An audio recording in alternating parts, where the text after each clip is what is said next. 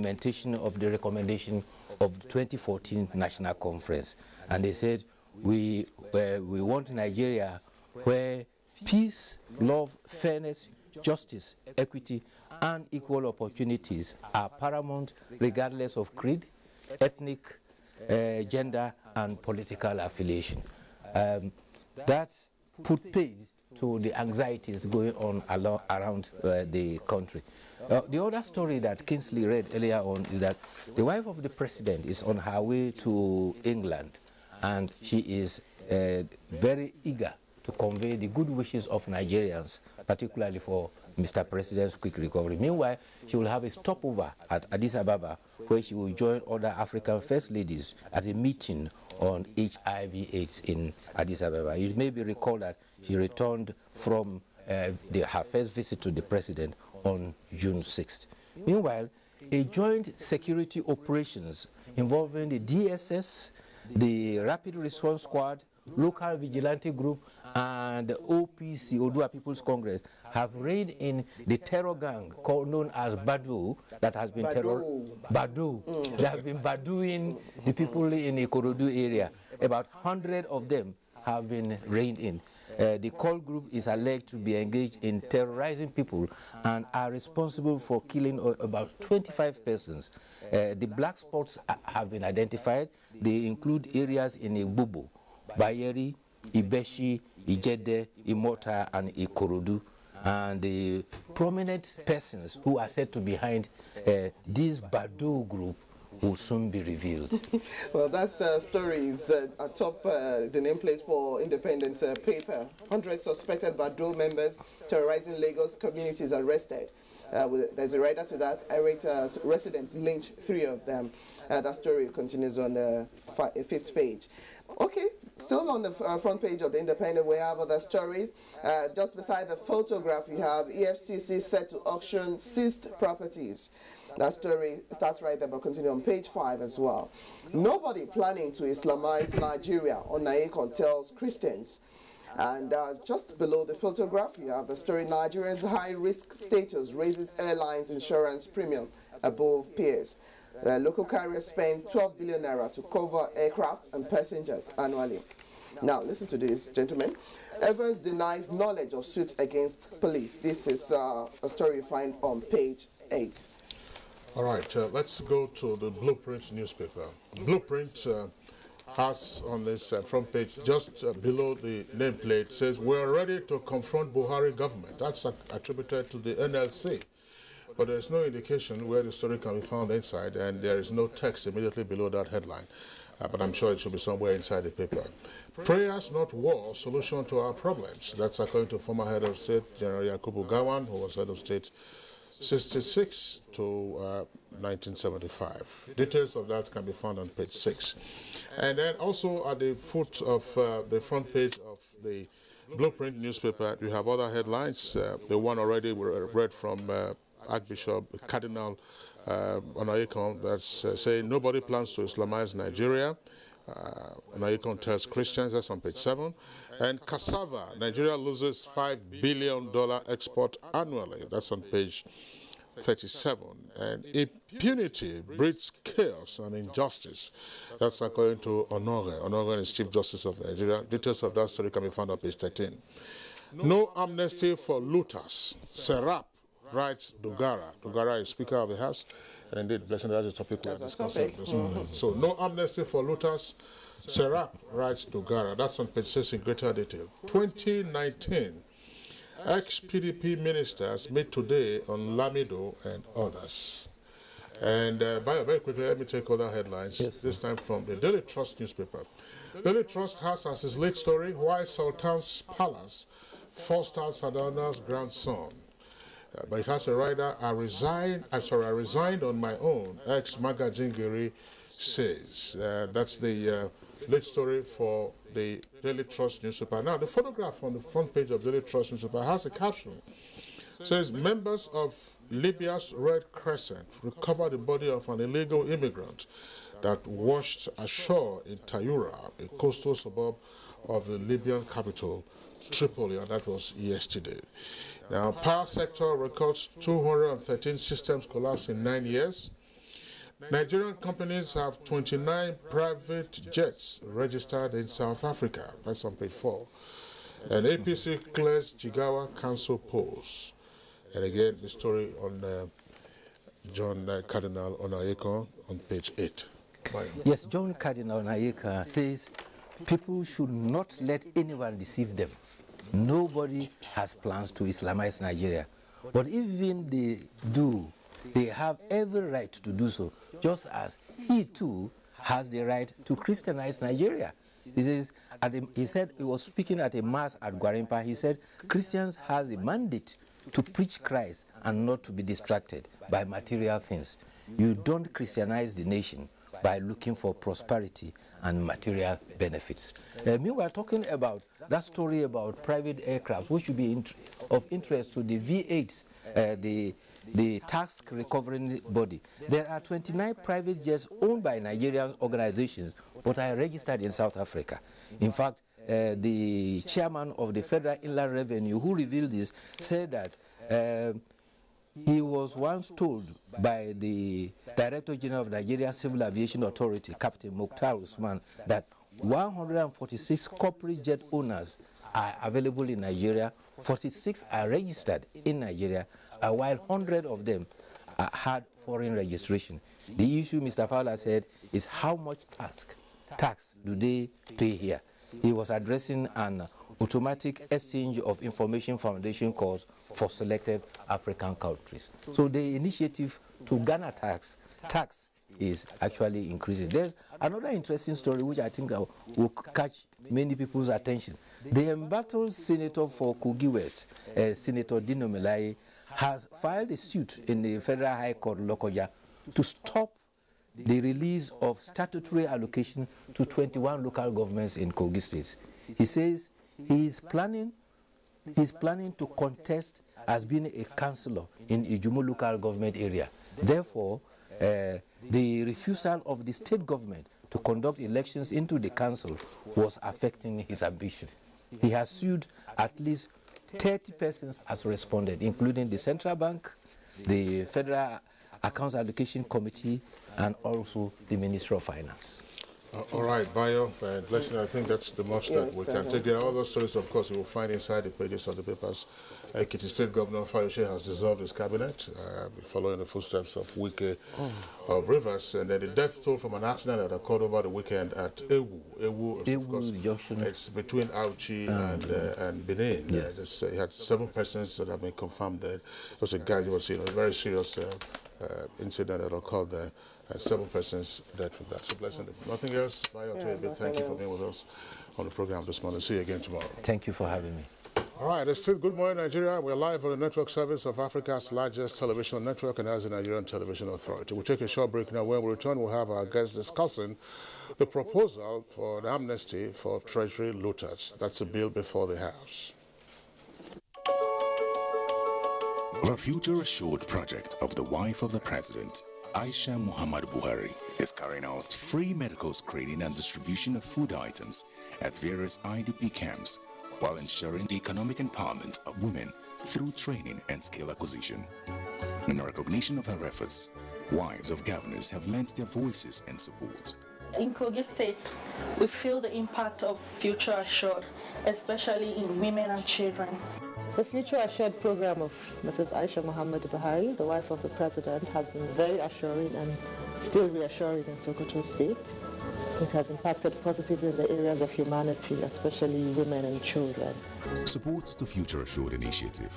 Email programs@futureassured.org.ng. Future Assured, promoting and protecting the lives of Nigerian women and children.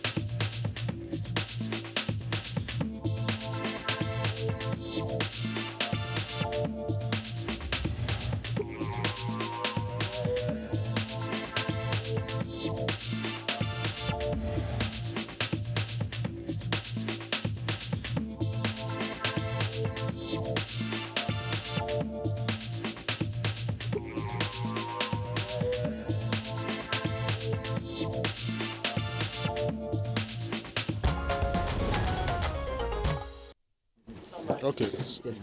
Sorry. Yeah. Sorry, just shift. Now time to kick off with a conversation, but just before then, we'll take this background report. Recently, the whistleblowing policy was introduced by the government to assist its anti-corruption drive. While the initiative is believed by many to be yielding results, another initiative is in the pipeline. Now let's join Timothy Yusuf for details. The initiative in pipeline is the bill dubbed Economic Amnesty. It was introduced and read for the first time on June 14 on the floor of the House of Representatives and now awaits second reading where it would be debated. Linus Okorie from Ebonyi State is sponsor of the bill, which seeks to allow all Nigerians and residents who have any money or assets outside the system or have acquired such money or assets illegally to come forward within a set time frame to declare same, pay tax, surcharge and compulsorily invest the funds in any sector of the Nigerian economy and be granted full amnesty from inquiry or prosecution. The bill provides in Section 4 a 30% tax and additional surcharge of 25% of such tax. The proposed tax is expected to be remitted to the Federation account for distribution to all tiers of government towards agricultural and infrastructural development of the nation. In addition, the proposed law seeks to give the looters leeway to escape from any form of probe, inquiry, or prosecution after fulfilling certain conditions. Such looters shall not be compelled by any authority to disclose the source of their looted funds. Some Nigerians believe that the full and successful implementation of the proposed initiative will result in the purging of the rather accommodative mindset of most Nigerians of corruption and as well engender a new desired national attitude against crass acquisition of wealth to the detriment of the common good of all. On the other hand, some believe that the proposed law is an attempt by the Nigerian elite to legitimize the looting of public treasury. On Good Morning Nigeria today, experts are set to weigh the pros and cons of the proposed law. Is it necessary? Will it be acceptable to all? These are some of the questions we shall try to provide answers shortly.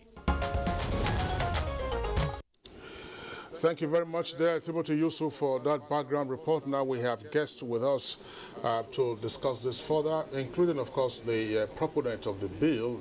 He's been with us this morning and is joining us from our Enugu Network Studios. Is Honorable Linus Okorie. He's a member of the House of Representatives and he represents the Ohaku-Ebonyi Federal Constituency, also in Ebonyi State. Honorable Linus Okorie, a pleasure to have you join us on the program this morning. Thank you very much, Nigeria. Good morning, Nigeria. Let me correct that I represent Ohazara on the Chaivo Federal Constituency, not Ohaku-Ebonyi Federal Constituency in Ebonyi State. Thank you. Ohazara, right? Ohazara, right? Chaivo Federal Constituency. Thank you very much. So that's Honorable Linus Okorie, who represents Ohazara Federal Constituency in the House of Representatives. Of course, he will be joining us on the course of this conversation. And then we also have with us here in the Abuja studios, Alwal Musa Rafsanjani, Executive Director, Civil Society Legislative Advocacy Center, and also head Transparency International in Nigeria. Rafsanjani, a pleasure to have you join us on Good Morning Nigeria again. Good morning, sir. Okay, also here with us, two other guests. Okay, no, you could go ahead. All right, we have Dr. Otive Ibuzo. Otive Ibuzo, of course, is Executive Director, African Center for Leadership, Strategy and Development. It's based here in Abuja. Dr. Ibuzo, a pleasure to have you on the program. Thank you, Kinsley. Okay. And also here with us, Learned Senior Advocate of Nigeria, John Olushola Bayeshia, and is a member of the Anti-Corruption Committee of the Nigerian Bar Association, NBA. Learned Senior Advocate, a pleasure to have you on the program this morning. Thank you very much. All right, okay. All right, Kingsley, thank you very much. And welcome again, gentlemen. Now we want to start our conversation with the proponent of the bill. That's why we're going back to Enugu. Of course, the major provision of this bill, part of the background report has already indicated. Will you like to give us what exactly the bill is seeking to fill those gaps? Thank you very much, Nigerians, and I'm very pleased to find this crop of Nigerians who are ready to give verve to this discussion. especially Mr. Sanjani, who's been a very important and progressed anti-corruption and civil society activist. Yes, first of all, if you remember in 2015, there was the report by the former Thabo Mbeki Committee, high-level panel on illicit flows of funds from Africa, which gave that a report that between 1.2 trillion and 1.4 trillion dollars has illegally left the shores of Africa within 10 years backwards from that time. And Oxfam further confirmed that Nigeria loses about 12% of its GDP annually to illicit flows. If you take this, in 2013, after the rebase of the economy, you had Nigeria having about $570 billion as our GDP. If you even don't go, just take the average where it was before that rebase, which was between $250 and $270 billion per annum. And I just take an average of $200 billion to be the average in the last 10 years. If you take 12% of that, you are looking at $24 billion annually, which is the size of this year's entire annual budget of $7.41 trillion, if you take a 305. That tells you that illicitly, that Nigeria is losing the equivalent of the highest quantum of budgetary estimate that has ever happened in our system, which is the estimate for this year. Remember, that same report also said, the Thabo Mbeki Committee report, HLP report, says that these illicit flows in those 10 years in all of Africa is much more than all the inflows that had come into Africa within the same period, including all investment and aid that flew into the continent. You go further, you find in this precarious state, what can $24 billion, what can it do for Nigeria? I thought about it, I said, it can clean up all Ogoni land, we're required to clean Ogoni land with $1 billion. The whole of Niger Delta, you can clean with $50 billion. And we need 1 trillion naira to rebuild Northeast. We need only 14.4 billion naira to build the second Niger bridge. Our infrastructural need, therefore, in 2-3 years of these illicit flows can be met and Nigeria can be renewed. We are in the depth of a recession, which is the worst that happened in the last 20 years. And we are looking and borrowing. Today, our debt service obligation is about 1.5 to 1.7 trillion naira, which is almost wipes out the capital allocation, which is highest we've gotten this year of 2.56 trillion capital allocation. So you find all the parameters are saying that Nigeria need to urgently do something differently to look from inside to get money that's available to develop Nigeria. Already, going forward, so I can be very quick about this. How do we get these resources? What we have been doing is the traditional method of prosecution, use of criminal approaches and prosecutory approaches, which is the international statutory standard that have been going on. But what do we get? We get a situation where you are even able to trace, freeze, seize, and now get to the point of repatriating the resources, and these same countries of the West, America, Britain, Switzerland, and those international financial centers, who all along provided the environment for this loot to be getting in, frustrate your effort. I wish Kako were here. Femi Falana was where he made issue statement. Nigeria has outstanding from America about $480 million today that have been there for over the last almost 10 years. For it to be recovered, it has been frustrated by American action by the courts of America and in JC in the England territory. We have $321 million, for which we have paid all charges and interest and expenses to the Swiss government. Yet, of about 10% of that amount, yet that money has been refused to be reported to Nigeria. So what I found out is that the traditional method of getting these monies back is being frustrated by the same environment that created opportunity for this money to get out. And the World Bank Group and the UNODC have come out to say that between 2010 and 2012, 74% of all successful recoveries and repatriations came by settlement, not by through the courts and not through judgment. So what do we do? I thought reasoning out to say that we have a precarious situation.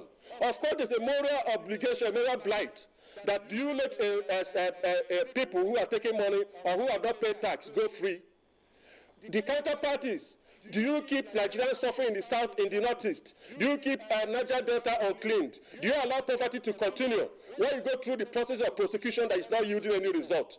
Or can you enter into voluntary settlement with these people and avoid these laborers and laborers court processes and get this money and develop Nigeria and use the experience and intelligence you gain to improve our capacity to fight corruption so that our tracing and tracking process can be improved and we can block all the loopholes that has happened.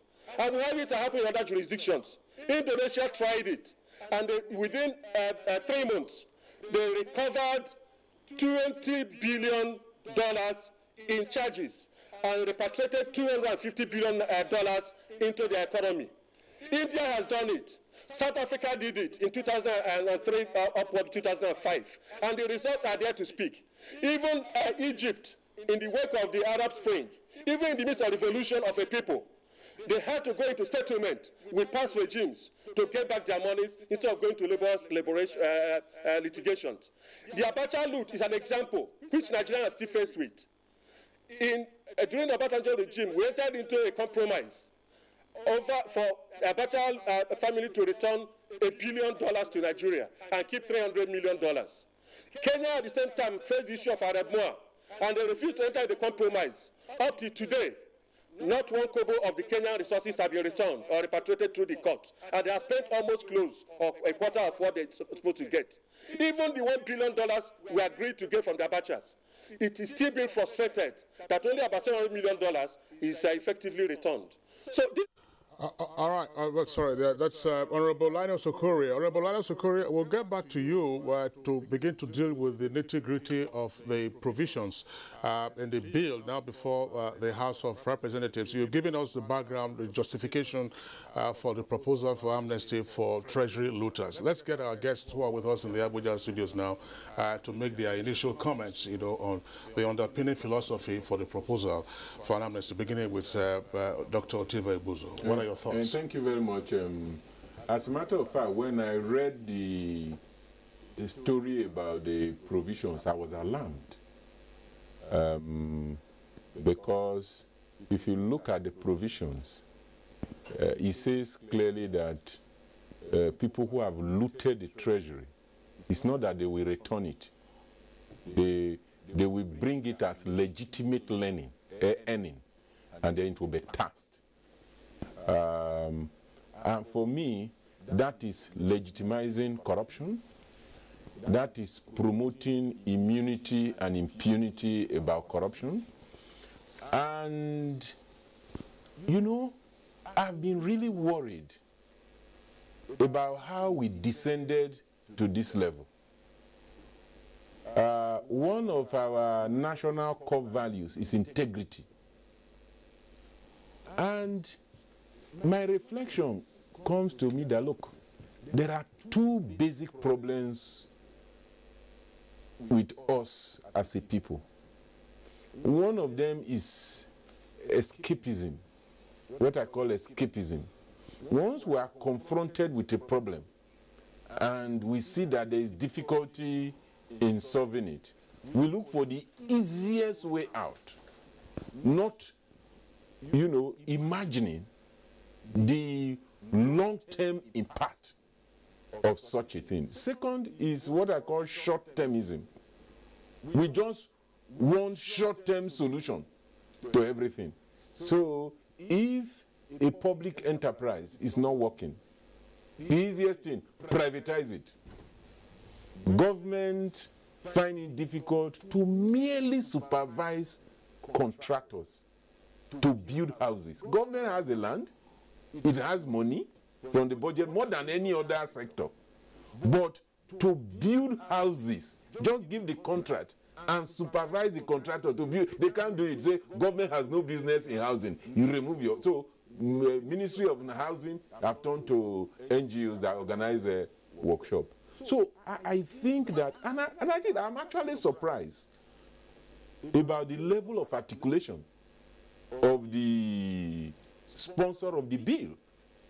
He has told us what Tambo Mbeki reported. He didn't tell us the recommendations of the Tambo Mbeki panel. He did not recommend amnesty for treasury looters. When I looked through, in fact, I was so amazed. I went to search, the internet on amnesty for treasury looters. And there were about 272,000 mentioned. All of them are in Nigeria, except 2 from Kenya, when a parliamentarian made a suggestion on the floor of the House, not a law. How do you deal with our psyche? That, with a period of 3 years. So even now you can loot. And then you bring it for officially, and then they take tax of 25%. There are well-known and tested ways to deal with corruption. In Nigeria, if we want to develop this country, we must do the right things. I've always argued that what is needed to be done to address the developmental challenges of Nigeria in all the sectors are known. The way to deal with corruption is known. The way to boost agricultural production is known. The way to revamp our education is known. The way to deal with the health sector is known. So all of this escaping from the challenges will not help us as a country. All right, thank you, Dr.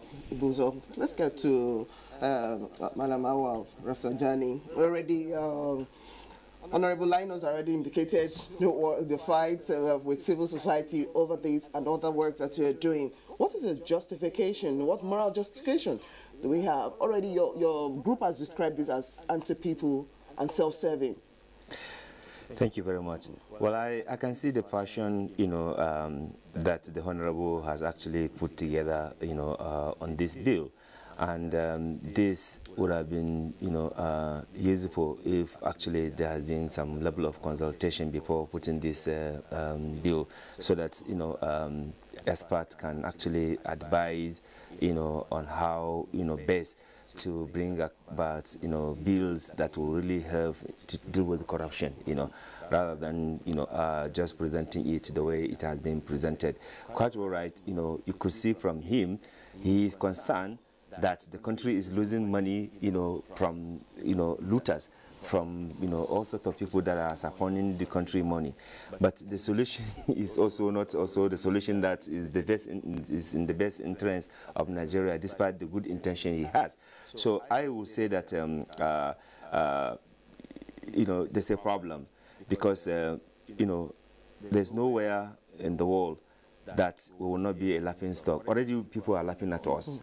And if we come up with this, as good intention as the Honorable has, I can tell you that we will lose respect. The little respect that we are covering now, that you are getting back now, it will go back, because you are actually giving lesson for looters to loot at will, and decide to come. In any case, you cannot compel them to bring this looted money. So you can loot as much as you want, and decide to disclose the one that you wish to disclose. So you can loot 1 trillion and decide to say, I have looted 50,000 naira. I mean, and there could not be any prosecution for that. So I think rather than actually doing this, I was thinking that our honorable members should actually focus on how to strengthen the existing anti-corruption law, and also if there is need for them to come up with another law, they should do it, with consultation, because actually where we are missing it, legislators, ideally they're supposed to be consulting with their constituents, And I have seen that missing gap in the Nigerian democracy from 1999 to date. Many elected members, they actually go to represent themselves, not really the people, because if you are actually doing what, you are supposed to do in terms of, constituency outreach, where you meet with your constituents to discuss issues, and they give you information, they give you suggestion, and if you have a laudable initiative, you present it before them, and then they will suggest, further. I think, you would have discovered that you are actually representing people. But as it is now, many of our lawmakers at the state and national assembly, they actually come up with ideas by themselves without even consulting back the people that they are actually representing. And that's why we have a disconnect. And that is why if you have issue like this, somebody will have pointed out to you to say, look, this is not the best that I think you should do. You could do this and that. And then, again, the National Assembly, they have a lot of consultants. Virtually every committee has consultant. Why not also get this consultant, to also, fine-tune some of this, issue before even it becomes a formal bill, so that where, there are certain, issues that will have serious integrity deficit, you could actually deal with it, So my own, concern here is that at the rate at which we are going, we cannot, allow such kind of, initiative to go, because you will actually legitimize illegitimate things, in the country. And it's only in Nigeria that, people would be celebrating this kind of thing. And, given the fact that we have suffered a lot of this, corruption problems, which led us to this underdevelopment, all this escalation of violence, agitation that we are seeing, it is all as a result of this corruption. So if we are lawmakers, I think our lawmakers should turn back to what they are supposed to do, which is legislating good governance for the country, not things that would be tantamount to actually the other way around. So I think there are a lot that we need to do. I appreciate the passion and the commitment and the concern that he has, but I think it is being put in rather not acceptable manner for the way we can move forward in the fight against corruption. All right, Madam Rafsanjani, thank you very much there. Again, we'll come back to you later in the course of the conversation. Let's bring in now the senior advocate, Bayeshia. You listen to the other guests. What are your preliminary thoughts? Thank you very much. My worry really is that in this country, we are spending so much quality time discussing the issue of corruption. Corruption has become so endemic, it's an epidemic, and it has become an industry in this country. It's the most flourishing industry for the many people who are there. And so when we are talking about it, and I can see the, other discussants have said, the passion, the concern of the lawmaker who is sponsoring this bill, I thought that maybe we can redirect his worry and concern to looking at areas where we can make, liberalize the prosecution of offenders, of corrupt, of looters. We cannot hand over our lives into the hands of these looters and give up and say, because, they are more powerful, and then we should just give up and hand over our whole system to them. It's like in Colombia, where the drug cartel used to almost took over government, and the Colombia, they had to seek for help from America, to get the drug cartel to defeat them. We have to find a way to defeat this looter. We are not to accept the defeat from them. Now you look at it, and we see the rogues, the thieves, the looters. They manipulate our legal system, they just circumvent it, and they play around it, and they go back home smiling because the system is so permissive. The legal system makes it so difficult, as it were, presently, as we have in Nigeria, to prosecute them. But in countries where they have really tackled this problem headlong, in Singapore, in Hong Kong, in South Korea, and all the other places, they declared a state of emergency on corruption. And they made it impossible for looters, for the rogues, for the thieves to manipulate the legal system. You can't just go to court and just go there and take bail and go home to stay and start laughing and start asking to go abroad, to go and be treating yourself and doing whatever you like. You know, they made it so difficult that, look, once you cannot even explain your source of income, that's a problem already. Because this thing is so simple. The fight against corruption is not supposed to be as complex and complicated as we have. For God's sake, you are a minister or you are a councillor in the local or whatever level. We know your salary, we know your income.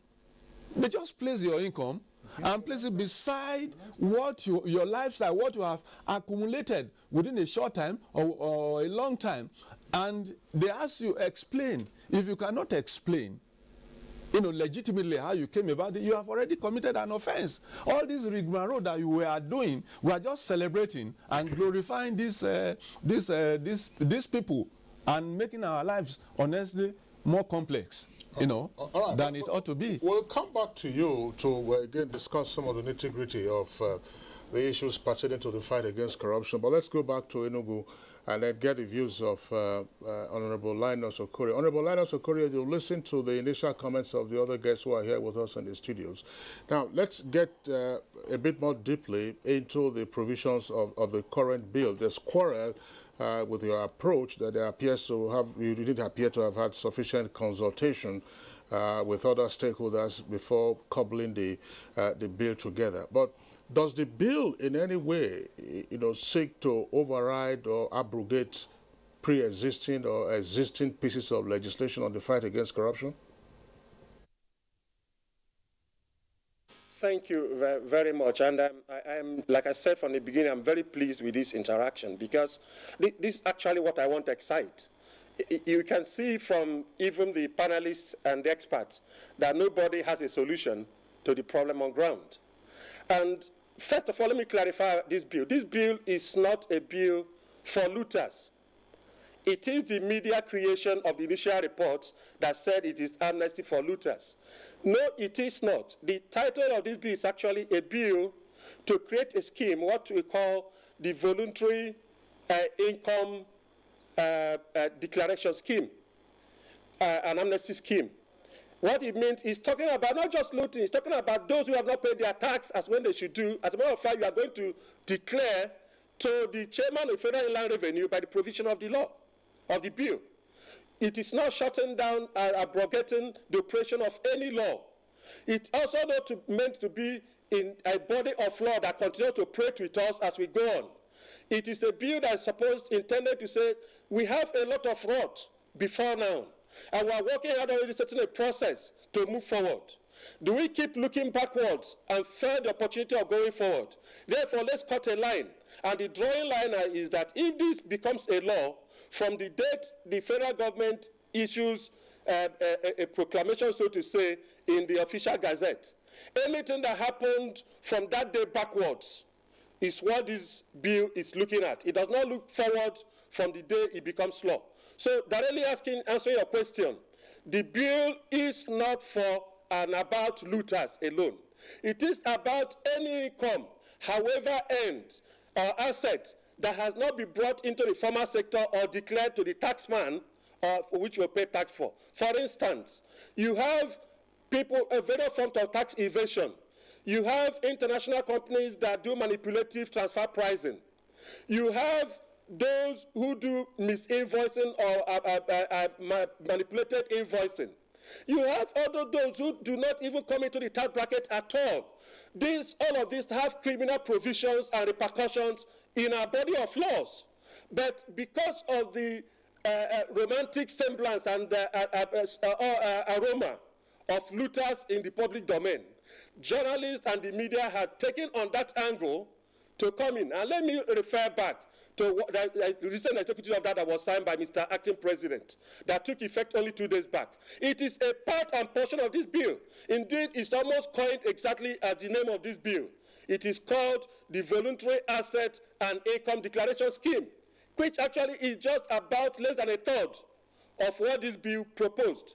And I'm concerned, I wanted to listen to the opening gambit of if any of them will refer to it. If we have not thought about the total import, the federal government said in doing that no matter how much and how rich you are, you can come now to the internal revenue and declare. It is exactly all the content of this bill, because this is not just about money that are outside. It's also about money that are inside, and people who are not paying their tax. So the bill is about any form of money, whatever way, from any time we can remember, that you know as a legitimate person in Nigeria, you have not paid tax on, you have not declared to the system. Do we continue spending monies and running backwards and going back and going? We can see what is happening now with the whistleblowing policy. Some people say they are fake.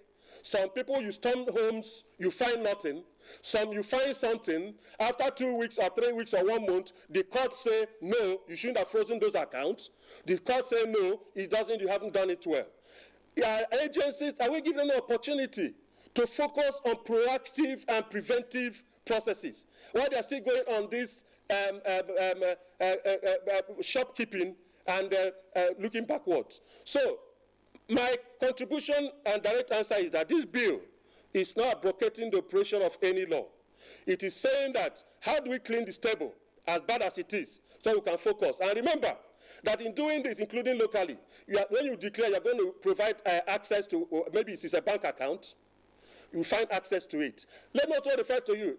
We can use that account through forensic investigation and find other related accounts that you may not have declared or that are related to you. We get intelligence on tracking and tracing. Let me refer to the MTN fine. They were fined $5.2 billion.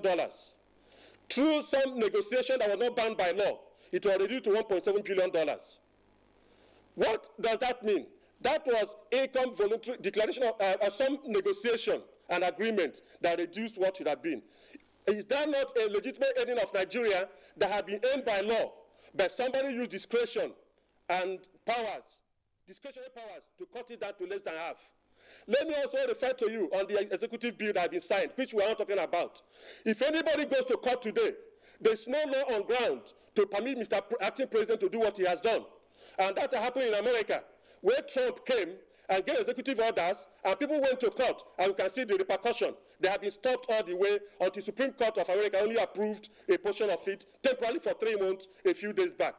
So the issue we're saying is that as much as it is not fanciful to talk about allowing corrupt people for any reason, and it is very painful to go away for whatever period. But the truth is, what is the real reality of what you are facing? If somebody goes to court today against the acting president's bill, order, which is envisaged to earn $1 billion for Nigeria, that is possible, could be challenged. And what will happen? So already, the acting president is implementing portions of this bill, and the CSOs, the SANs, nobody's talking about it. This is not just about looters. It covers tax evaders. It covers corrupt public officials and maybe public and also public spokespersons, but not just restrict to looters, so we can get a discussion that goes to address the issues we are facing. We must start thinking out of the box. That is the truth of what I'm saying. And any provision of this bill is not sacrosanct. That is why it is open to discussion. That is why it's going to second reading, and that's why it's going to public hearing. It is at that point only that stakeholders can say, maybe this bill was not enough consultation. And that is why I decided before public hearing to go into the public domain so that we can start talking about it. We can come, and if we say, let's do a public hearing on this, people can now come. Maybe we'll get a better craft of a template. Like I said, this is an interventionist project, a bill. It's not a bill that should last longer. The issue of 3 years is a proposal. The acting president has said 9 months, and it's being implemented from day before yesterday. We can bring this to 6 months. We can bring it to 1 year. The important thing is that I think we need a stopgap to clean the urgent table so that anti-corruption agencies can focus appropriately and deal with it and use intelligence again to build and avoid what has happened before. That's happened in Indonesia. It happened in Indonesia. It happened in South Africa. They drew a line and they've had a better state. Right, Honorable, still with you. Quickly, of course, you're back there in the southeast, and I'm sure, based on what one or two of the guests have said here about consultation with your constituency, what are the feelers you are getting back home for those who are already in the know of this proposition you are putting before the House? Indeed, I was going to react to that. I said, my dear brother Rasanjani, I am not one legislator who's away from my constituency. You can see I'm operating from home. And this is, I should have been with you at the studio there. I'm operating from home. I just rushed out from Ebonyi, my village where I represent, to come to Enugu National Studio. Indeed, my Facebook page, my Twitter handle, okay, I didn't put up this one, and other social media platform, I had put up all this, and the reaction will be what indeed I announced on every social media platform where I operate that I'm going to be on this studio so that my constituents can listen. I've been talking to them, and of course, like in Nigeria, you have people who speak most emotively. That's the first reaction. Emotionally, people say, no, you can't let corrupt people go for any reason. They must pay. And I agree. But how do we get them to pay? Other people, especially those who are more reasoned, especially those who have some understanding of financial traction, say, yes, listen, I'm a member of the Institute of Chartered Accountants of Nigeria. I'm a fellow of the Institute. And that is the greatest pride I have as a person. I tell people I'm not a politician. Politics is my vocation. My profession is accountancy. I'm very proud of it. I have brought it to the attention of the president of ICANN. And I'm very sure, hopefully very soon, they may have their opinion and their angle. So I'm open to all constituencies, and I've also send this to every platform of my professional engagement so that they can contribute. What I want to elicit from Nigerians is, let's talk about this. Let's stop running away from the fact that there must be a way to think out of the box, to reclaim all the lost money while we fight going forward to make sure that whomever does anything does not even get the opportunity to break our rules and take our money. All right, thank you very much, Honorable Linus Okorie. Again, we'll get back to you, but just to clarify a point, while he was speaking, he was talking about the media creation or media christening the bill now, amnesty for looters. Well, I'm sure Honorable Okorie knows, and our guests also in the studio here with us, they also know this, including, of course, persons who are learning out there, that a bill normally, or even a law, has a long title, and there's also a short title. So if the short title is taken by the media to mean amnesty for looters, then, of course, that is it. There's nothing wrong with that in terms of coining it. But again, to come back to the substance of the conversation, Dr. Otibo Egbuzo, listening to Honorable Okorie elaborate on the provisions of the bill, the full amplitude of it, is there a conflation, between issues that ordinarily are of the moment to us as a nation, fighting corruption, ensuring that we'll tackle and wrestle corruption to the ground, and then, of course, dealing with economic issues pertaining to tax evasion and other things, which are, of course, prevalent in other societies as well? If you look is the bill, sorry, the question, therefore, is the bill seeking to bite more than it could possibly chew? I think that, the intentions of the legislator, as stated, are noble, but the approach and the impact of the bill is calamitous. Okay? Because if you look at the contents of the bill, like he said correctly, it addresses the issues of corruption, it addresses the issues of tax. And what the bill said is that no matter how you got the money, that's why it is called amnesty for looters. If you come forward, you will no longer be probed. There will be no inquiry as far as you bring the money and you are taxed 30% of that money. So that is what brings the tax angle to it, that you will be taxed. But if you are taxed, as far as you brought the money off, the money now becomes, you tax a legitimate income. In fact, I was mentioning the case of Kenya, who talked about amnesty for looters. And the Kenyans' suggestion, it was not even a law, it's just a suggestion on the floor of the House, is that if anybody has stolen money, has looted from the treasury, and you bring all the money back, then you have amnesty. Maybe I can relate with that. But when you say, when you bring the money you have stolen, then you can take part of it and you pay tax on it, that is legitimizing corruption. No matter how much money we will get from that, the impact on society is calamitous. I think that's the point we must make honorable to. And that is the point I'm making about short-termism. You know, because we are in a recession and we need money. So let's get money by all means. You know, let's, you know, make looting look not bad.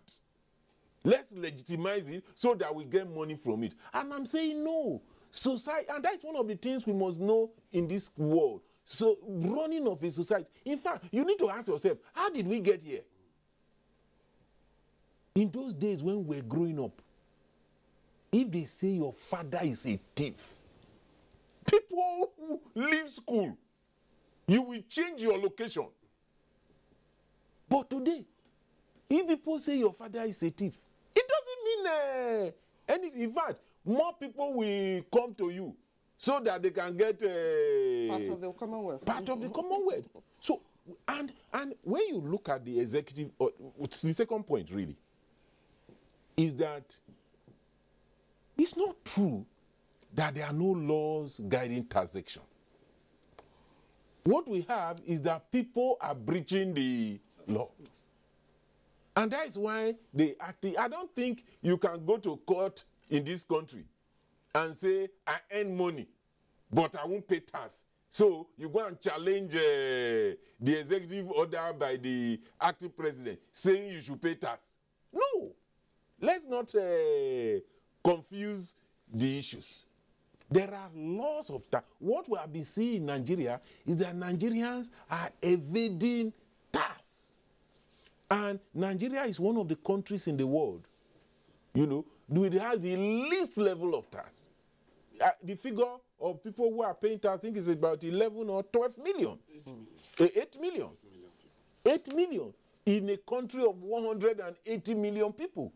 And it's not, and this is one of the things, this Nigerian exceptionalism, we are pushing it too far. Other countries of the world is not as popular. People dodge tax everywhere. You know, we knew when the president of America even contested, he didn't show his tax papers. Right. You know, but the fact is that Nigerians' own is at the extreme. Okay, Dr. And we need to deal with this in a way that is sustainable. All right, thank you very much, Dr. Ibuzo. Let's come back to the senior advocates right here. Solushola Baishia. Now, we're looking at opportunities to actually correct the image of corruption over the years, and this is coming before the international community, as well as even our own people here. There are issues of principle of good faith. How does this actually work against it? And the negation for the people to actually know what is being done with their own Commonwealth. Thank you very much. There is no way that people can be comfortable with this kind of proposal. The honorable member honestly has done tremendous work, and we must commend him for it. But what we are saying is that we can redirect, you know, his passion on this matter and into effective fight against corruption, a more effective way, a more liberalized way of checking corruption in Nigeria. There are many laws that are already pending before the National Assembly, or many bills on issues to deal more effectively with issues of corruption without compromising our integrity. The whistleblowers is there. The proceeds of crime bill is there, and so many others, you know, that will make prosecution of looters less cumbersome. You know, it will ease the process. I'm just wondering, Leonard Senior, yes. When the Administration of Criminal Justice Act was passed, I mean, lawyers and indeed other stakeholders were excited about the prospects of speedy administration of criminal justice. But here we are. How many convictions or successful prosecutions have we had with regard to corruption? Yeah, thank you. You know, the Administration of Criminal Justice Act that you mentioned is all about procedure. You know, when you want to prosecute, what to do, if somebody, even in that one, there's plea bargaining, you know, and then the process, you know, it used to be the pastime of some people. They would just go take preliminary objection on an issue at the High Court and to say, oh, this charge does not disclose any offense. And then the court will rule on it. Whether it discloses offense or not is a gimmick. I was involved in the matter of in the Second Republic, 2005, the money for budget for money scandal, something, bribe for budget. When there was this Professor Nwos who was a Minister of Education, and they were Abuja Senate President, and when they said, they accused the Senate of asking for money from the Minister of Education to pass budget, to, you know, increase their budget and all of that. And, you know, the senators in the Education Committee then, and some members of the House of Rep in the Education Committee, all of them were put together and they were charged to court at the FCT High Court. And they came up with an objection. That I'm telling you the background and then they came up with an objection that, oh, this, because the president then, President Obasanjo, made, he addressed the nation that the corruption had taken place and that the Senate president and other members were involved and they have been removed. They said they came up with a report with a complaint in court that they had been tried and that the court could not try them a second time. And then the FCT High Court said, no, that's not correct. So, and they appealed to the, meanwhile, we left the substantive matter. Then they went to the Court of Appeal, and the Court of Appeal agreed with them, surprisingly. But we also went to this, I was the deputy lead prosecutor. But by the time we got to the Supreme Court, I became the lead prosecutor in that matter. And we argued the thing at the Court of, and the Supreme Court, and the Supreme Court said no.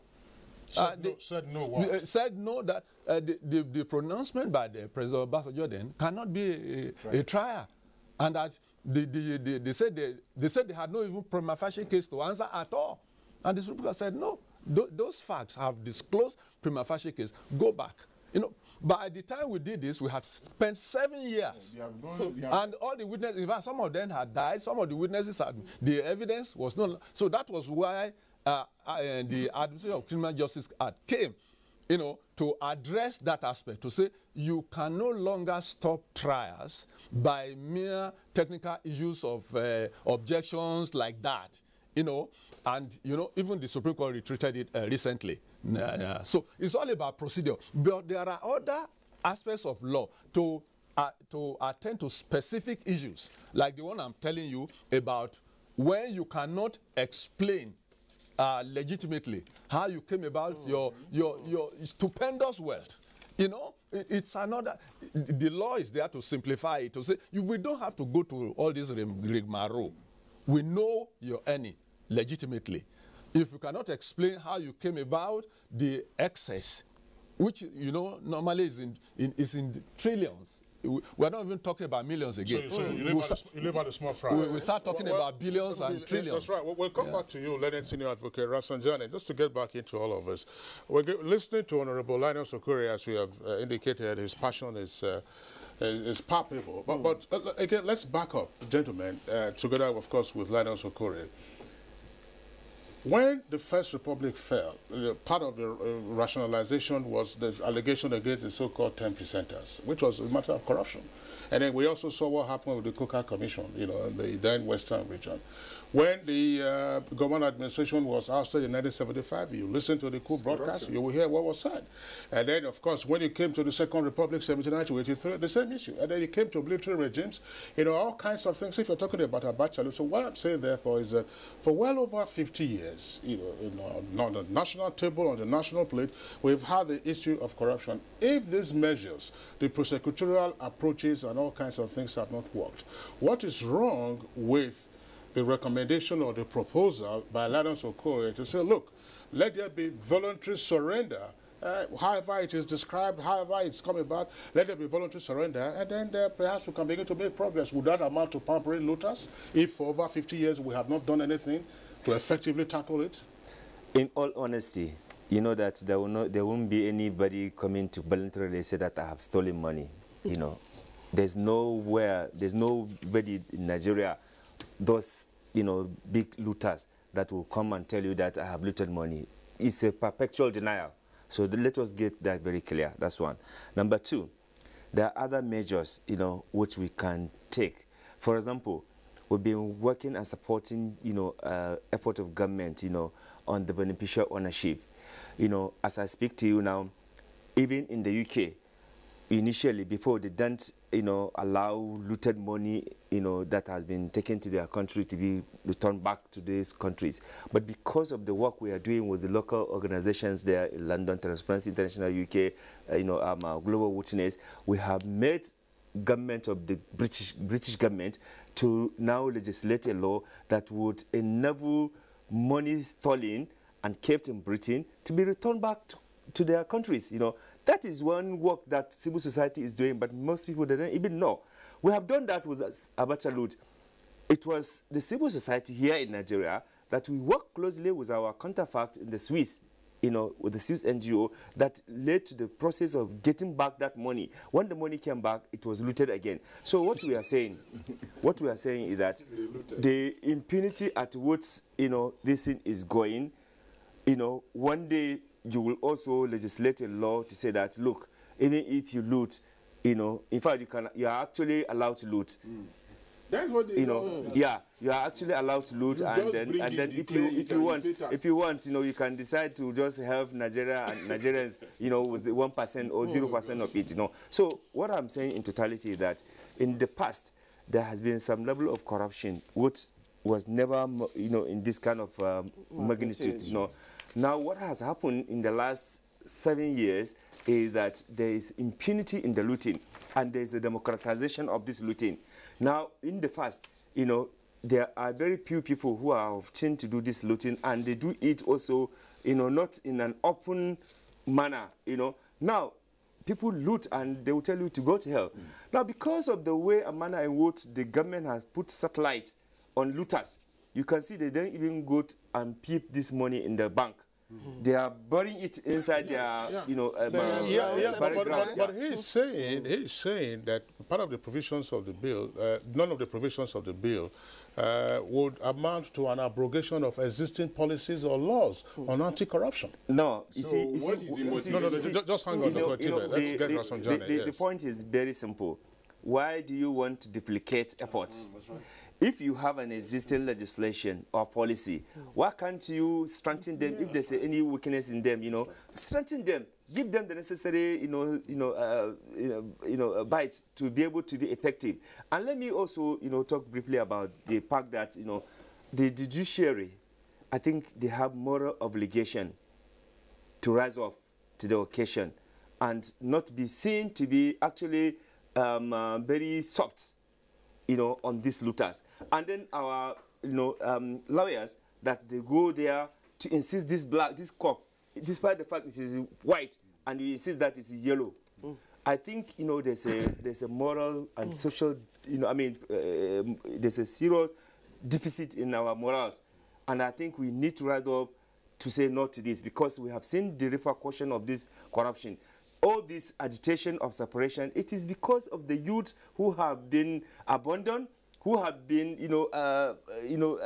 exploited and prostrated, and, you know, that's why you see all this escalation of violence. It is corruption. Thank you very much. I'm just wondering, Blessing, we have a number of tweets that have come in. We will take some of those tweets and then ask one or two questions of our guests in the studio before we return to Enugu to get Linus Okure to respond. Solomon Adamu has his first tweet here. Say, where I agree with Honorable Linus Okure that court processes are time-consuming and frustrating, but giving amnesty to looters is a suicide mission. From Victor Ohisoma, it says this bill should not be allowed to pass. It will kill the war against corruption. It's been sponsored by the corrupt elite, and it must fail. Festus Akimboyewa tweets, any law granting amnesty to looters will produce more daring looters in Nigeria. Those sponsoring this bill should be investigated by EFCC. Paul Shedrack says, this is his own opinion and he's entitled to it. I'm not surprised. All we pray that God will help us all in this country. Dele Jack Solomon tweets, I weep for Nigeria, my motherland. Ostaino has this tweet, Nigeria needs to focus on prosecuting looters and not amnesty. This bill is intended to protect the real looters, politicians. Festus Akimboyewa has another tweet, says corruption is a crime that affects Nigeria as a nation. The National Assembly should pass a bill seeking capital punishment for corruption and not amnesty. From Solomon Adamo again, we should be wary of the way we go about giving amnesty to everyone that committed crime against our systems. Mike Ayako has this tweet, Treasury looters are criminals. They should not be treated with kid gloves. Severe punishment should be meted out to any convict. And this other one from Dele Jack Solomon, what is expedient now is for the investigative agencies to be resolute in bringing pertinent evidences against looters for easy persecution and jail. All right, those are some of the tweets that we have in the meantime. Just before we go back to Linus Okorie, I'm just wondering, Leonard Senior Advocate Bayeshia. Yes, please. Look, some persons would argue, and indeed they have argued, that if you look at criminal processes in certain jurisdictions, plea bargain, for instance, it's saying as, voluntary acquiescence, voluntary surrender, voluntary admission, or whatever, and therefore that eases the process of prosecution. And that this, therefore, the amnesty, proposed amnesty, again, that's in a short form, amnesty for looters would appear to be some equivalent of plea bargain. Is there anything wrong with that? Well, this one is worse than plea bargaining. This amnesty for looters is worse because it makes the whole system, it makes the whole country to be at the mercy of looters. I mean, we are virtually begging them on our knees, by this bill of amnesty for looters. But whereas plea bargaining is that you are up for prosecution, okay? The process of prosecuting the looter is on. And he says, okay, well, I want to admit that I have committed this error, I have committed this offense, and I don't want to waste the time. It doesn't, in the case of the plea bargaining, it is not that you come and tell us, oh, that I stole 10 billion, but I'm willing to return only 5 billion, like this bill. No, is that he's going to return the money for lesser punishment. So that if he were to go to jail, or if the offense carries a jail term of like 20 years, and he does plea bargaining, then he can return the money and get 1 year or 2 years. Not that he goes home and they say, go home and sin no more. Not at all. Well, thank you. I just wondering, again, let's not get into the legal nitty-gritty of this. In some cases, for plea bargain, if you have a series of counts of charges against a person, of course, it's obvious that some of those counts cannot be proved, then, of course, you select the ones you know you can convict on, yes. And then you proceed with that. But, yes. Again, what's your reaction to some of the comments that have been made by some persons indicating that, look, if you were to look back into history, some of the well-known philanthropists were, in fact, robber barons? Yeah, but they were not given amnesty. They decided that, the wickedness they've committed is sufficient, and they repented. So if our looters repent and turn their money into philanthropy, there's no problem about that. But this one is legitimizing. That's the point we're making. We be legitimizing it. So if you stolen money, you can bring out the money, say, I stole this money, but I can pay you tax. And we are saying that because, society is not... The provision too is asking them to actually invest in any sector. Yes, they invest in agriculture and infrastructure. Can you force people to make investment? So, but I think what we are saying, and I think that this is one of the things we have missed as a people, that governance is not just about bringing money and building schools. Setting the social order, and we have national values. It's important to, if you look at the President of the United States of America, for instance, and his views on gun, every time. So governance is not just about building roads, building hospitals. Setting the moral tone for society is important. Yeah, it was involved in a wrestling match, you know, a pseudo wrestling match on social media recently. No, I'm not talking about. I'm talking about former president. All right, okay. I'm talking about Obama, you know. But you know the point. The point, Kisley, is that see, there are well-tested methods of fighting corruption. We are doing a program, you know, Partnership to Engage, Reform and Learn, PER, which says that, look, in any country, first, you must make sure that there is accountable, responsive, and capable government, on the one hand. On the second hand, you must have engaged citizens who are able to hold elected officials accountable. And then thirdly, you must learn from the past. And that when you want to deal with corruption, there are 3 areas you must focus on.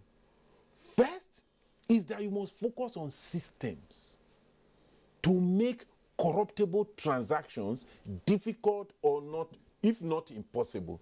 And there are ways, well-known ways of what we call corruption risk assessment. For instance, if you come to NTA now, you can assess all the systems and you know the loopholes through which people use to conduct corruptible transactions. Oh, could. Yes. Could conduct. Okay. Okay. Then you block it. That is number 1. Number 2, no matter the system, so people will still do it. So you put sanctions in place. And thirdly, in my view, the most important is society. How does society perceive corruption? What is the role of society? And there are theories that, you know, can be operationalized, that the behavior of people is governed by personal factors, either instinct, traits, or other issues, and the environment in which they are operating. So what do? You put ethics in place to check people's personal conduct, and you make the environment difficult for people to do corruption. But Nigerians, we don't want to follow system. We don't want to follow we just want to. There's no way in the world where problems are solved magically. Well, Dr. Otive, that's the point Otive just raised now with regard to societal reaction, societal values. Some persons have argued that, look, if you were to examine deeply the ecology of corruption in this country, you have the first year, of course, will be the looters. And then you have the secondary and the tertiary looters who are beneficiaries or supporters of the looting system. The professionals, you know, who will help you with your paperwork.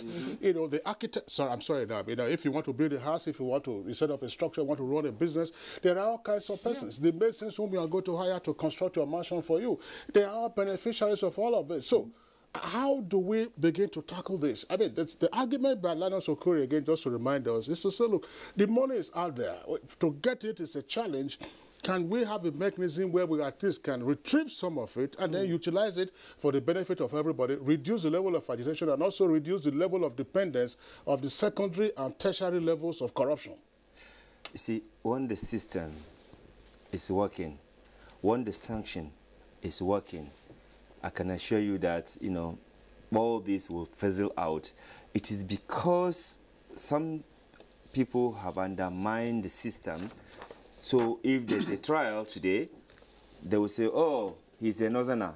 Oh, because he's a Muslim. Hey, because he's a Yoruba man. Hey, because he's a Gwari man. Oh, because he's a Shakiri man. Oh, because he's from Kaduna. Or maybe because he's from Oshun. They will mobilize along those sentiments to undermine the core value, you know, that we have. So until when the society have realized, and then I think now we are beginning to realize that, you know, there's no need for protecting anybody, you know, because, you know, of ethnicity, religion, tribal or geographical or even political affiliation, because the repercussion and the consequence of corruption is that, you know, we are all in it. So therefore, it requires collective action, you know, for us to be able to overcome this, you know. So therefore, professional, like accountants, like lawyers, like, you know, bankers, all of them, they all have role to play. It's not a work of, like I've always said, the role of Buhari and Osinbajo. No, it is all our role as media, as civil society, as professional, as lawyers. Everybody must play a role. Otherwise, this country, you know, the way we are going, you would actually find it difficult to continue to exist. So the use of ethnicity, religion, tribal sentiment, political affiliation can no longer work. Therefore, that is why we need to support the effort, the sincere effort of government in fighting corruption, so that anybody, no matter how highly placed he is or she is, will face the law without, you know, resorting to, you know, mobilizing people on the basis of sentiment, you know, because that is the role that even our traditional rulers are supposed to do, our religious leaders are supposed to do, you know, our, you know, community, all of these people, they are supposed to play that role, not to be combining people with traditional title when you know you are a looter, or to be coming to pray for you, you know, in the church or in the mosque. In fact, you know, they know that you have stolen money and then you are coming to the church or mosque to be donating money, and then they are celebrating you. Although, Pastor, I'm sure you are not collecting that kind of money from looters, you know. So this is the way to go about it. We have to be resolved to say, look, irrespective of all this distraction, we have to have a system, and we must follow the system, and there's no need to be distracted by anybody who tries to play politics. When you commit crime, you commit crime, irrespective of whoever you are. All right, Madam Rafsanjani, thank you very much. Now we return to Enugu to rejoin Honorable Linus. Now, all said and done, there are indications that there should be more to this bill that is being proposed. And what other sanctions would you want to see? Already, there are indications of what is expected. But from the debates this morning, I'm sure there are other loopholes that are already seen. And what more would you want to see as sanctions for these looters? Thank you very much. You see, I keep emphasizing that I'm pleased with this discussion. And I am not surprised at all from what has come out from the social media. It's expected. There's nothing new that goes and get accepted without a lot of resistance. But what I need to clarify before I answer your question directly is especially coming from Pato Tive, is the fact that what we are saying, we are not in any way saying that this is an end to the processes that is going on. Let me point out, until my fellow discussants address the issue that as we speak, and this is important for the SN to react to, that as we speak, the executive order signed by the acting president is in total contravention of everything we have said should be done. Because that has granted, it is called tax amnesty. That is the name that was given by government, tax amnesty. Evasion of tax is a criminal offense, is a corruption offense. And there's an executive order that is in place already applying that says that once you go to pay, that all those penalties that are bound and the criminal prosecution opportunity that law has created, that is wiped away for you. And my greatest surprise is that even the SAN is not concerned that as we speak, that also is what this bill is providing, and it is already being provided by government, and he's not reacting to the fact that by that single executive order of a signature, he has signed away the provisions of existing laws, existing tax laws, which you did not say that this law is replacing. As long as you kill this bill, you say this bill is not right, you must come out clearly and say also that the tax amnesty in place is not correct, is not founded on law. And for Rafsanjani, my brother, your NCSO works are doing wonderfully well. But you agree also that in 2015, the first visit of our President America with Obama, he promised him that we help repatriate the $30 million that have been there since 2010 or 2012. Up to today, rather than repatriating it, the Congress has brought a bill that is seeking to say that they cannot give back that money to Nigeria, but they will pass it through a trust. And what we're saying to kill the issue of looting is why we say that the CBN will create a scheme through which you must invest this money and not keep it for yourself. The essence of it is to ensure that even though it's still legitimate, it keeps under your name, but government and the Commonwealth takes benefit of it, because every quarter there's a report on what is happening to this money. You cannot take it away. It must remain in investment in Nigeria. So my conclusion is that I agree completely that everything must be done to ensure that people who do things that infract on our laws, including corruption, receive the full weight of the law. But the point is, people who do, in a country where I belong, there's something we call historical cost. All these trillions of dollars we're talking about is historical cost. It is spilled milk. You're only trying to see what you can recover from milk that has been spilled. But going forward, all that must be done. And conclusively, again, let me say that this is only a proposal. It is not meant that it must be passed the way it is proposed. The whole essence is to open our minds that indeed there should be another leeway to treating issues of the past, which cannot be left because that is our money, and without compromising the process ongoing, which everybody there is discussing, and I agree completely. But this aspect that happened in the last 50 years, what is our result? What is the template? We've done it, you just mentioned, the moderator, you just described it absolutely. What have we done? Where are we going? What has happened? Even with the whistleblower that is current, which we support. What is going on? It's not even founded by law yet. Yet Nigerians in agreement with government, everything should be done. Nobody is challenging it. But then what is happening? We can see the reversals that is coming up already. All the money that have been saved have been recovered, over $200 billion, how much? None of it can be used because they are still tied up in court. And we do not know how much of it will finally end. So the point... Right, the Honorable Linus Okorie, still with you because we're pressed for time now. But some, very briefly now, in terms of your response, there are a number of issues that we understand, proposals that are in the bill. Now, you say if a tax is paid, then the money will be shared, through the federation allocation. To the money will be paid into the federation accounts, and people are wondering now: is this aspect related to the loot? If money is looted from a state, will you now loot money from, say, Jigawa and then share the money to all the 36 states? If you loot money from Ebonyi, will you share it to all the 36 states, or does it relate solely to federal loot? That's one. Second question. You talked about a provision relating to compulsory investment of repatriated loot or otherwise, or voluntarily repatriated loot. What is the moral response that you would have to this proposal? Namely, a person loots the federal treasury, pays peanuts in terms of recompense to the treasury, and is now asked to compulsorily invest.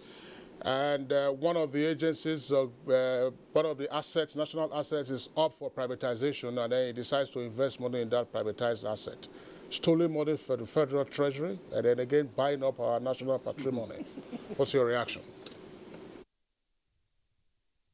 Thank you very much. These are the very interesting moral questions that we need to face. But of course, these are things we need to address. The immediate reaction is, that is unthinkable, that is not proper. But look at it also and give me your reaction. If that money had not been repatriated, had not been volunteered, and it is kept somewhere in some safe account in the West Indies, in Switzerland or somewhere, and it's not been frozen, it's not been traced, it's not been tracked, it's still being used by that person as a legitimate fund, and you are privatizing a national asset, and he comes up and becomes the preferred bidder and buys up the national asset, would you in any way have known that this was looted money, that this was money obtained out of national treasury? So we are not answering the question. The question is that this is a situation that is being frustrated by the same people who created opportunity for these monies to get out. And if you leave them, if you take out all our money in the system outside, their system will almost collapse. And they will never allow you to take them out through the processes you are taking. But if you get into voluntary agreement that does not go through that process of recognizing it as a stolen money there and freezing it, and seizing it, and it comes directly, you have a direct channel between government. So my answer is that, yes, if you bring both money and invest it, people will say, oh, this is morally wrong. But if you didn't volunteer it, and you invested it, and nobody knew, you still have bought the asset and still keep it secret and thinking it's owned by owners. Another way, the issue of investment. Somebody mentioned that I said the bill said you should invest in agriculture and infra. That is not correct. It says that 30%, which is the tax, which should be taken to the inland revenue, that portion should be shared across board. You remember, it is a simple question you asked. What if it's coming from a state, from a local government? The question is, you're only making a law. There must be a center of initial contact. And in the federal inland revenue is to collect the money. It collects money for all the federation. So instead of going to start replicating, we believe that at the point of further stakeholder consideration, this final item can be brought in. Then, of course, finally, on the issue you mentioned, what actually goes, that 30% is to the federation account. The other 25% of 30%, which actually 7.5%, is a surcharge, which is like an added incentive to the agriculture, which we are using now to boost our growth and diversification, and infrastructure, which is the basic thing we need at a territorial network to build on our development. So that is different from the 30% that is to go to the federation account by proposal. This other 1.5% is to be shared equally according to proposal between infrastructure and there's infrastructure fund already, and there's already a research council for agriculture with a fund created by law. So that.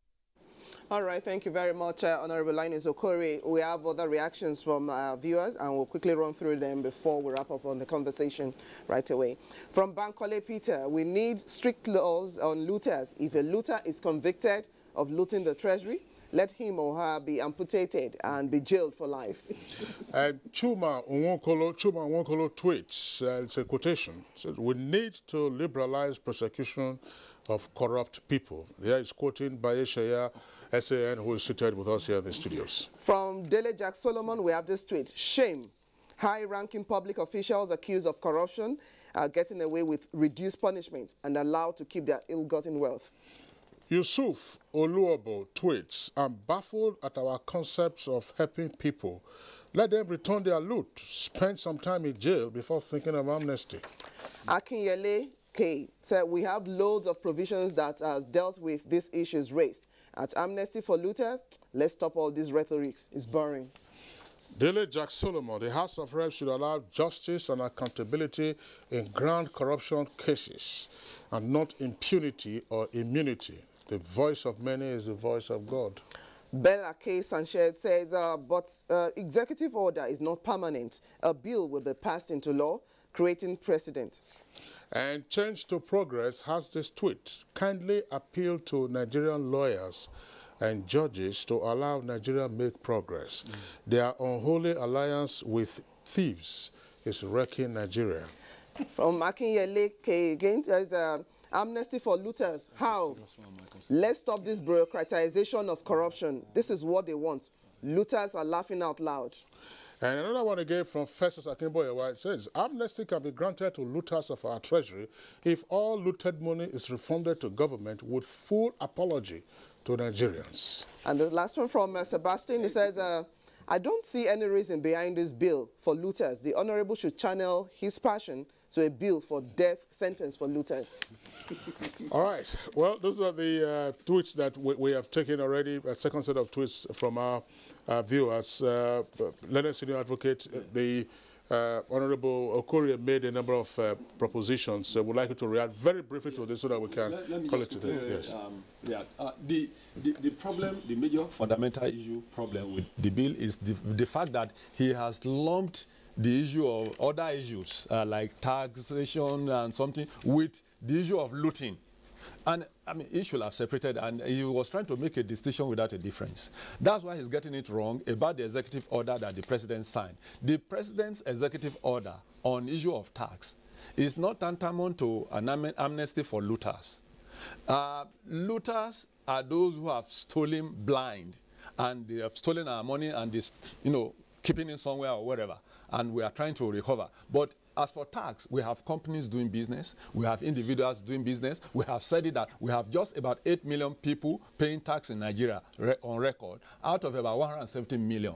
But that if the tax authorities can fish out those who are tax defaulters, and the tax defaulters, they come up with a scheme to pay some money. Even in taxation, there is what we call waiver. You know, if you pay some money, then they can waive the rest for you. So the president is not doing anything wrong. There is nothing actionable there. And finally, I would just like to end with this, that, look, even the scriptures, I mean, Nigeria is about, we're all about God people, but the society is more or less, I mean, we don't fear God. Even the scripture, I know, for instance, that where crime or criminals are not punished, it emboldens and encourages people to continue to commit crime. That is Ecclesiastes 8:11. Well, let us advocate. Some persons have also argued that when we're practicing African traditional religion, there seems to have been less corruption in the society. Perhaps, you know, they feared the immediate wrath of the gods with a small g. We'd like to appreciate all our guests who have been with us in the studios this morning. Blessed, you want to sign off our guests? So I would like to thank first Honorable in Enugu, Honorable Linus Okore, member of the House of Representatives representing all Hazara. Thank you very much for joining us on the program. I'd like to thank John Olushola Bayeshia, SAN, member Anti-Corruption Committee. Former. Yeah, that is in the past regime. All right. Not in this regime. Committee of the Nigerian Bar Association. Thank the same. Thank you very much for joining us on the you. program. I would like to thank Malama Musa Rafsajani, Executive Director, Civil Society Legislative Advocacy Center, CISLAC, and also Head Transparency International in Nigeria. Thank you very much. Last but certainly not the least, Dr. Tivia Guzo, Executive Director, African Center for Leadership, Strategy and Development here in Abuja. Thank you very much. Thank you. Okay, this is Good Morning Nigeria. A break beckons at this point. When we return, we'll take a look at some other issues on the program this morning.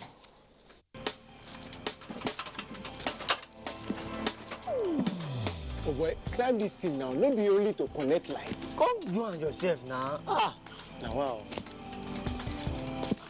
Oh boy, come down now. Oga Kasali electrician, who will they look for with this? Oh, Oga Kasali, come help us fix this wire now. Sorry, I no longer carry out illegal connection. It puts the lives of people at risk and can cause fire outbreak and disrupt power supply. I will never be part of anything that has to do with this any longer because change begins with me.